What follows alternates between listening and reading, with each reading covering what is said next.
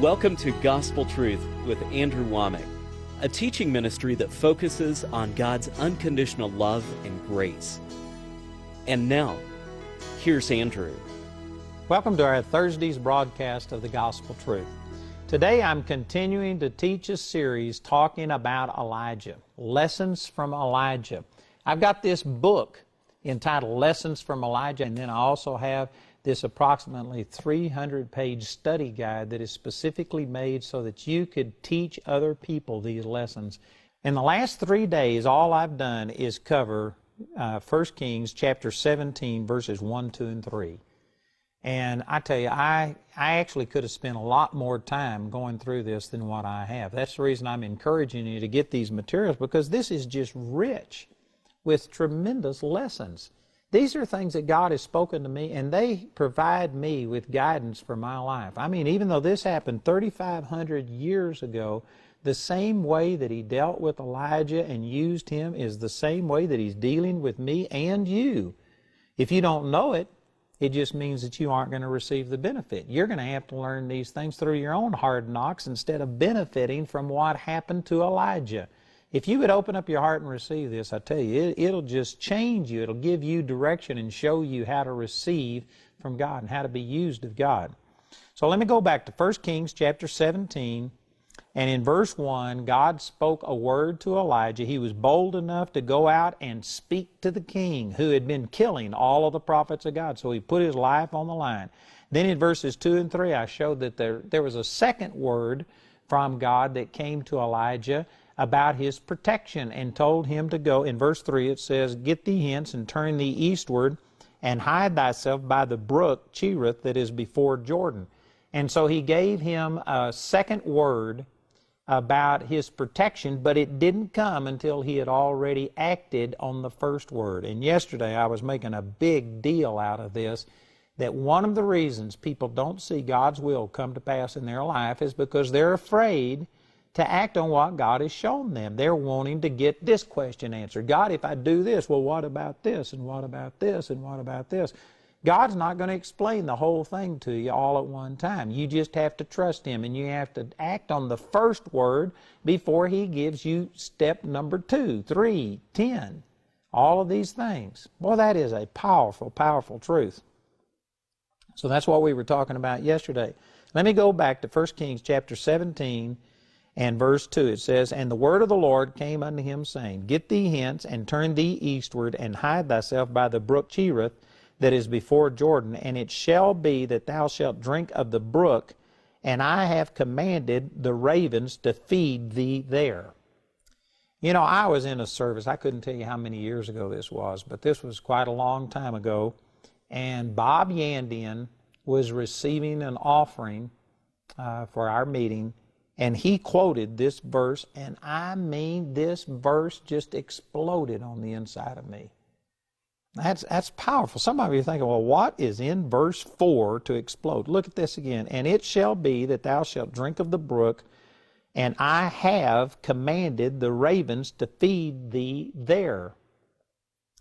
This is so powerful. God spoke to me and said that God did not send Elijah's provision to where he was. He sent it there to where He told him to go. And if Elijah had not obeyed God and acted on this second word, and if he had run in a different direction or stayed where he was, did you know that God would have been faithful to supply? Because He says, "I have commanded the ravens." He had already spoken to these ravens. He had already given them a command. So it wasn't a question of would God supply his need. God had already supplied his need, but He didn't send it to where Elijah was. He sent it to where He told him to go. And boy, the Lord spoke to me and said, likewise, your provision is there where I told you to go. And if you stay here, He says, I'll still love you, but you'll miss out on my supernatural provision. At the time the Lord spoke this to me, I was actually it was about a building program that we were doing, and I was in a 14,600 square foot building. It was totally paid for. And this is when the Lord told me I was thinking too small, that I needed to start thinking bigger. And we had located this building that we're now in. It's 110,000 square feet. And the utilities on this building, they projected them to be $16,000 a month. I don't think it's ever turned out to be that much, but I'm saying the utilities were going to be a huge step. There was no way at that time that I could even pay for the monthly utilities, much less buy the building, do the renovation.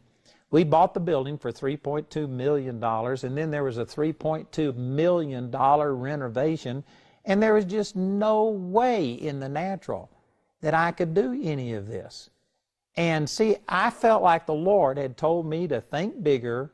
He led us to this building. Everything looked good, but how was it going to get done? Lord, how am I ever going to raise this money? I wasn't going to beg people. I wasn't going to start using gimmicks the way some people do. And I was dealing with all of these things. And the Lord spoke to me from this and says, I have commanded the ravens to feed thee there. He says, your provision is there.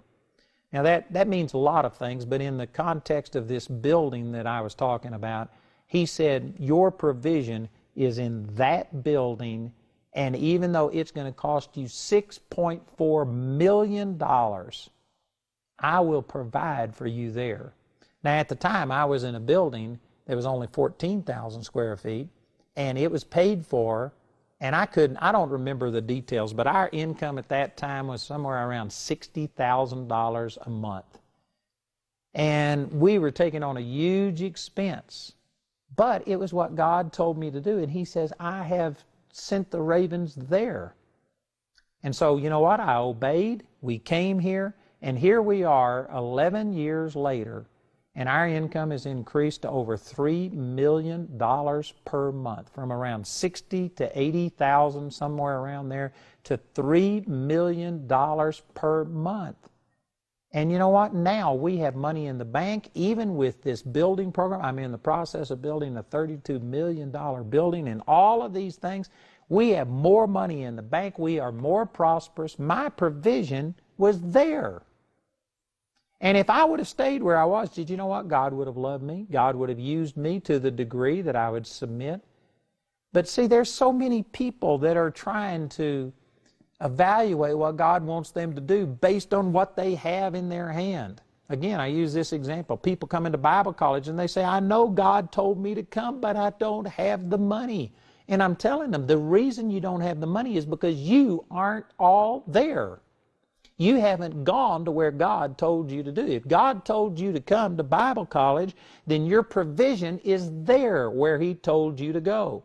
If God told you to go into the ministry and you don't see, but God, where's the provision? How can I do this? It's there when you obey and do what God told you to do.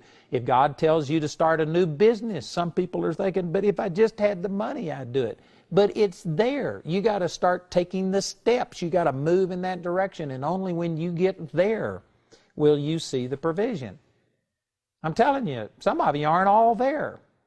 That's the problem. You are still waiting on God to supply up front instead of taking the step of faith and doing what God told you and seeing the provision there. You know, it's similar to like in football when the quarterback throws a pass to the receiver. He doesn't throw the pass to where he sees the receiver at that moment. If he did, the receiver's running. And if he threw the pass to where he saw the receiver, by the time the receiver, continues to run, it'd be way behind him.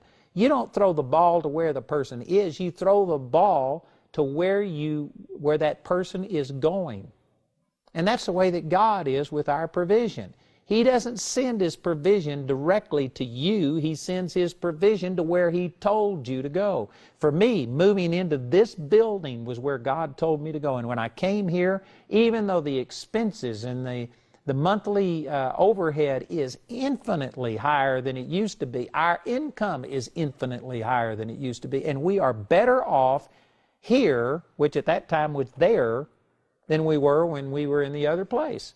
Now I'm taking another step, and you know what? I'm building a total of $52 million campus, and our finances have improved. We are in better shape than we've ever been in, and yet there is much more overhead, there's much more everything, but it's because I'm doing what God told me to do, and God sends His provision to where He told you to go.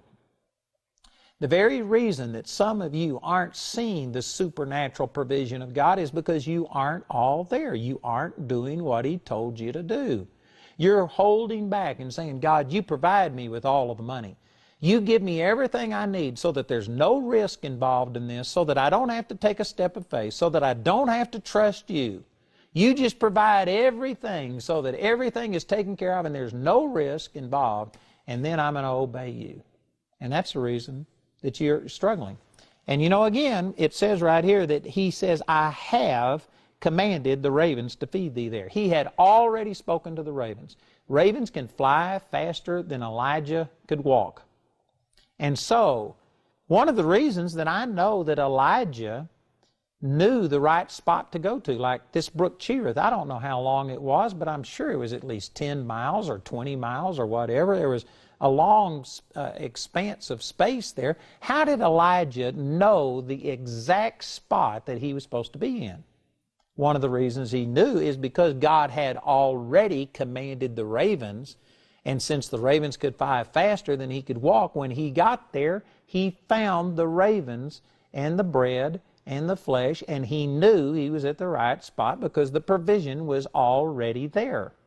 And I am absolutely convinced that if Elijah, for whatever reason, had not obeyed this second word from God, and if he hadn't have gone to the brook Cherith, if he would have leaned to his own understanding and decided to do it some other way, since God had already spoken to the ravens, did you know what? That the supply still would have been there. I believe that God had already commissioned these ravens. They would have brought him bread and flesh. We don't know exactly how long he stayed by this brook, but let's say that it was 6 months. For 6 months, these ravens would have been bringing the bread and the flesh, and God's provision would have been there, but Elijah wouldn't have profited. If Elijah would have stayed where he was, he could have died of starvation. And then he could have said, God, I acted on your word. I gave this prophecy. I did what you told me. How come I'm not being supplied? Because he wasn't all there. I can guarantee you that if some of you feel like you're doing what God told you to do, and yet you aren't seeing the provision, it's never God that hasn't provided. It's you that's not all there. You are still holding back. You haven't acted fully on what God has told you. And you may be sincere, but you can be sincerely wrong. You know, in my own life, again, I could illustrate this, that when I first got turned on to the Lord, man, I was zealous. I was in love with God. But I don't know exactly why I did this. I think it was told me, but I'm not going to blame anybody else. I took it that if you were called to the ministry, that you were sinning against God if you went and worked a job. That if I was called to the ministry, then I needed to be in the ministry, and I needed to depend upon God 100%. And I did some stupid stuff. I had $5,000 in the bank, and I turned it all into $100 bills, and in 2 days I gave away $5,000 because I just couldn't wait to get out on faith where it was God meeting my need. That's dumb to the second power. That's dumb. I don't know how dumb you can get and still breathe, but I was close to it. Amen. And I tell you, I just did some dumb stuff, and I refused to work a job because I was called into the ministry. And for years, Jamie and I struggled financially. And to the best of my ability, I was doing what God told me to do, but I didn't have revelation in that area. It's a long story, but finally God got it through my thick skull that until I got to where I was ministering full time, it was okay to supplement my income with doing some odd jobs. And so I started doing that, and our needs started being met. And then when the ministry grew, and it got to where I literally would have had to have turned down ministry opportunities to go work a secular job, well then, I have lived of the ministry full-time since then. But you know what? God was faithful. God was meeting my needs. He was sending my supply. I actually, during this period of time, I had people offer me jobs, and they specifically did it in a way that I could work any hours I wanted to. It wouldn't interfere with my church, with my ministry opportunities. God was sending supply to me, but I refused to take it because, man, I was a faith man and I was going to trust and believe God. God was sending me supply, and I just wasn't all there. I wasn't doing exactly what He told me to do. It took me years to figure this out. You know, I heard a story about a guy who was in a flood, and he climbed up on his roof, and somebody came by in a boat and offered him a ride, and he says, "No, I believe in God." And then a helicopter came by and let a rope down and offered him to rescue him, and he says, "No, I believe in God." And anyway, he dies. And in heaven, he's just confused, and he says, "God, I was trusting you. Why didn't you save me?" And He said, "I sent you a boat and a helicopter." But you know what? He just didn't take advantage of it. In my situation, I had people offer me jobs. They tailor-made it to my situation. But see, I had wrong doctrine. I was thinking that I couldn't go work a secular job, and it hindered my finances. There are people right now that it's never. I'm just telling you this. I don't know the specifics. I can't talk to you individually. I can't answer your individual questions, but I'm telling you this principle, that God is supplying your need.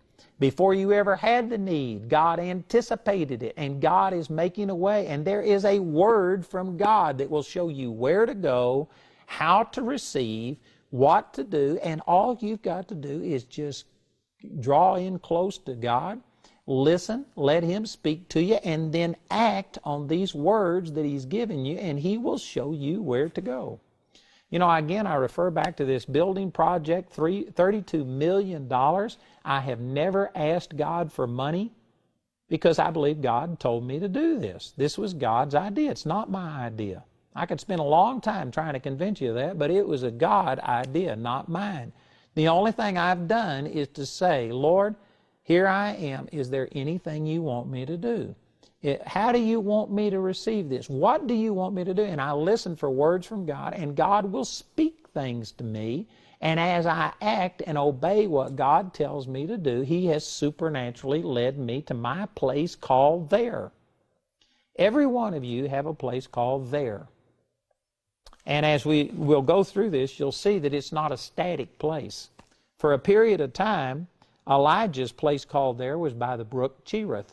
But then the brook dried up, and he moved, and God sent him to a new place, to a place called Zarephath, to a woman, a widow woman, and God supernaturally used Elijah to minister to this widow woman and her son. And so his place called there changed. It's not static. You know, I can tell you that when the Lord first operated in my life, I've said these things this week, but the first thing He did was tell me to quit school.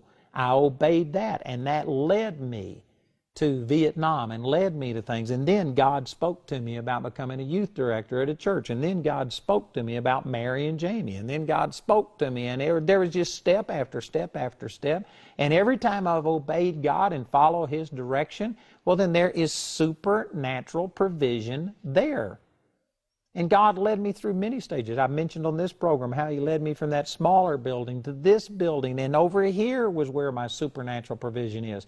Now He's leading me to another building, and there's supernatural provision there. It's not a static thing. God will speak to you, and this is the reason that you can't just depend upon what God said 45 years ago. You need to have a current relationship with God.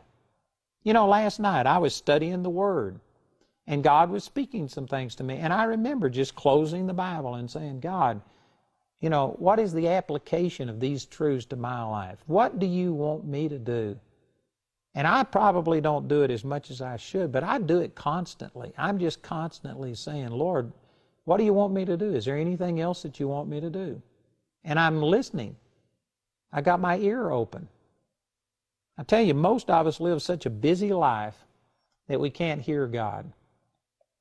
The TV is louder than the voice of God. And most of us just don't spend the time with God that we need to. But you need to have a relationship with God and recognize that if you will just listen, God will show you step by step by step exactly how to make your life significant, exactly how to make your life count and impact other people and see your dreams and your goals fulfilled.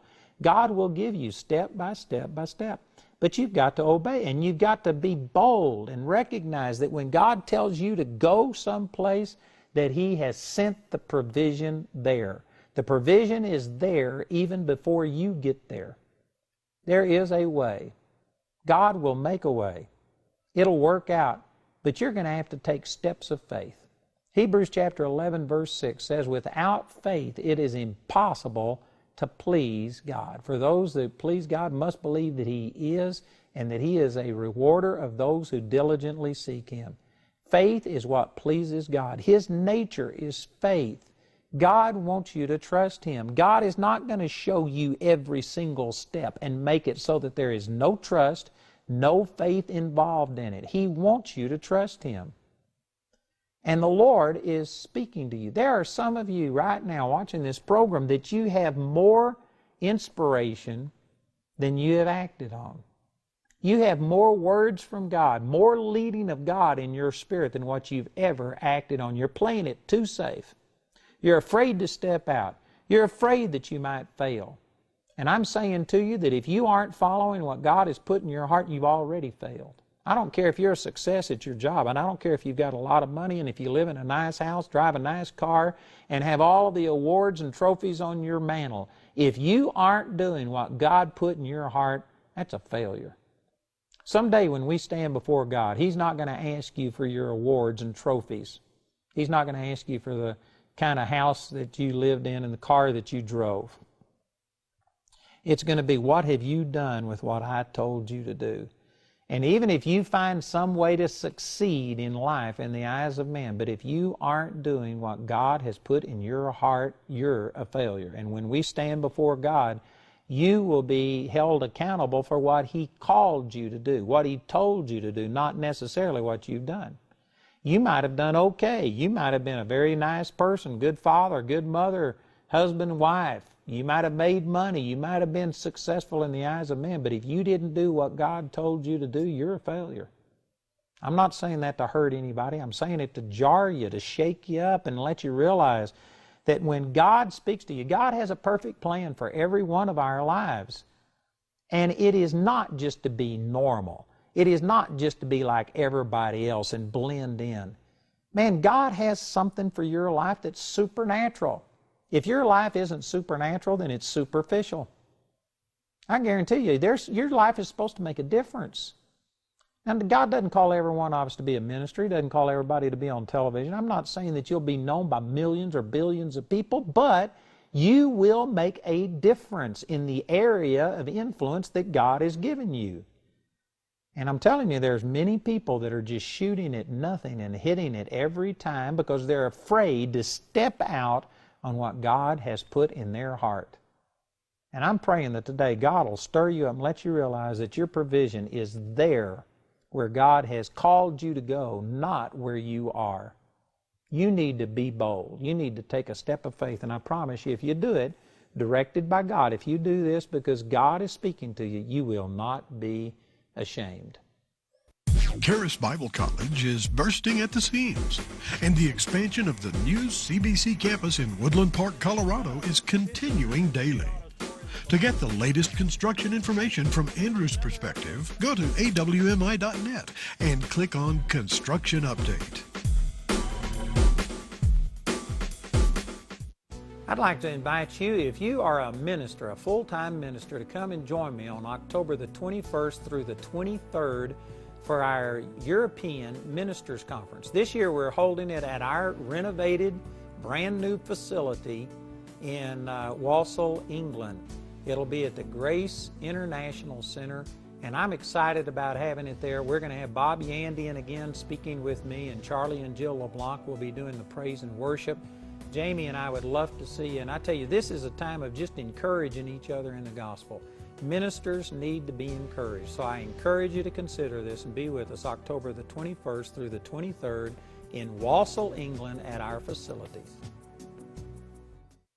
Andrew's complete teaching titled Lessons from Elijah is available in a brand new book for £9. It's also available in a brand new companion study guide that's perfect for home groups, Sunday schools, and for individual study. Not only is the entire teaching included in the study guide, you can also print off as many copies as you like when you download the PDF files from the included data CD. This valuable resource is available for £17.50.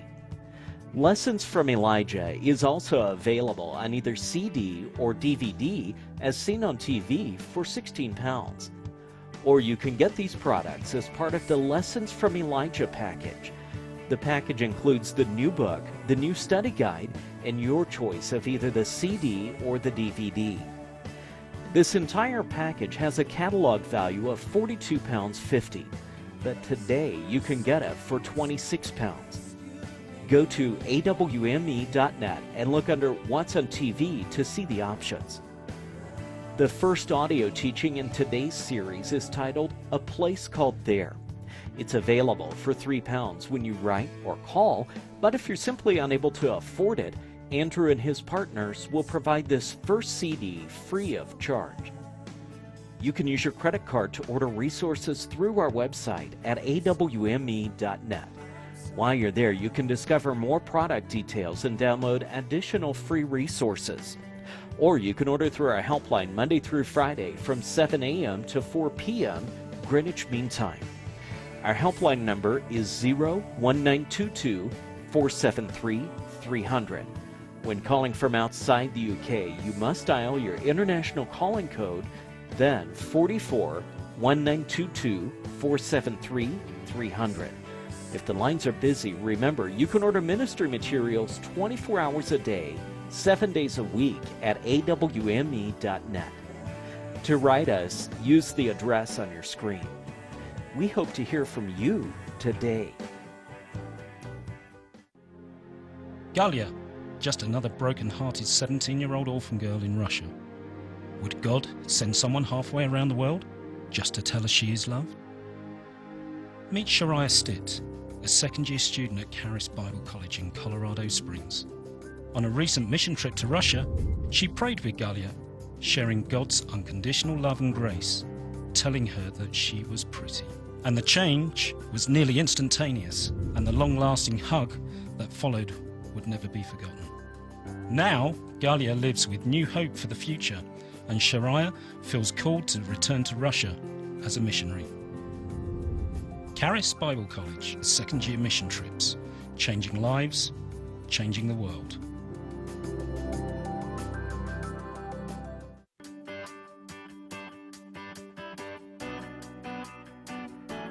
The Ministry Training Program is designed to help Charis Bible College graduates identify and be equipped in their calling of either business, media, ministry, missions, or worship.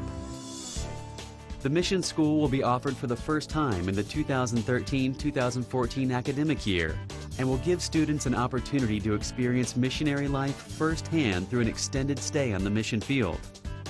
Mission students will learn how to thrive in a foreign culture while sharing the gospel.